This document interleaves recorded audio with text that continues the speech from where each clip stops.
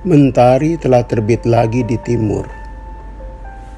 Tanda datangnya pagi dan berlalunya malam. Selamat pagi ibu bapa, opa oma, dan saudaraku yang baik. Puji syukur, Tuhan mengizinkan kita masih menikmati hari yang baru. Firman Tuhan yang jadi pijakan refleksi diambil dari Kolose 3 ayat 23. Apapun juga yang kamu perbuat, perbuatlah dengan segenap hatimu, seperti untuk Tuhan dan bukan untuk manusia.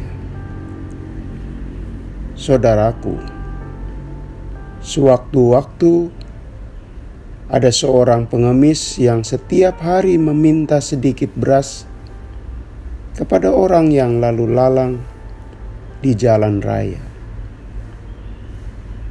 Jika malam tiba, ia tidur di tikarnya. Hasil mengemis hanya cukup untuk dimakan di malam hari, dan uang buat membeli kayu bakar untuk memasaknya. Dia menjalani hidup seperti itu setiap hari, sampai ia mendengar kabar raja akan datang ke kotanya. Tentunya raja adalah pria yang baik dan suci, pikirnya. Dia pasti akan memberiku beragam hadiah bagus. Dia tidak akan cuma memberiku segenggam beras. Keesokan harinya, saudaraku, si pengemis duduk di jalan yang akan dilalui raja. Suara iring-iringan raja terdengar. Tatkala kereta kuda raja mendekat, ia maju dan hendak meminta belas kasihan. Di luar dugaannya, sang raja turun dari kereta, menghampiri dan menyapanya dengan hangat dan rendah hati. Kemudian meminta sedikit beras kepadanya. Si pengemis terkejut dan amat kecewa. Dia miskin dan selalu berjuang untuk hidup, malah dimintai bukan diberi. Raja yang berkuasa dan kaya raya malah meminta sedikit dari beras yang dia punya. Dengan ragu, kesal dan kecewa, ia berikan berasnya. Ia hitung, ada 5 butir beras diberikannya kepada raja. Raja menerima dengan syukur dan berterima kasih, lalu melanjutkan perjalanan. Malamnya, si pengemis menyiapkan makan. Ia melihat ada yang berkilauan di antara berasnya.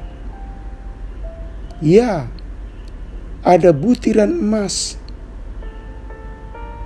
Dia mengorek lagi dan ditemukan lagi 4 butiran emas lainnya. Dia memikirkan kembali pertemuannya dengan raja. Ternyata untuk setiap butir dari 5 butir beras yang diberikannya, ia mendapatkan emas sebagai gantinya. Raja telah membalas pemberian yang dilakukannya dengan ragu-ragu dan hati kesal itu. Lalu dia berpikir, betapa kejam dan bodohnya diriku. Seandainya saja aku memberikan semua beras yang kumiliki kepada raja. Saudaraku, seperti kisah pengemis di atas. Tindakan seseorang tidak selalu sepenuh hati. Bisa juga diwarnai keraguan. Ragu-ragu apakah yang dilakukannya hal yang benar. Bisa juga ragu-ragu apakah tindakannya bermanfaat untuk dirinya atau tidak. Terutama tindakan yang diperbuatnya menimbulkan keraguan-raguan ketika akan menciptakan pro dan kontra. Bisa berakibat pada hal setuju atau tidak. Baru setelah tahu hasilnya positif, kesadaran yang murni muncul.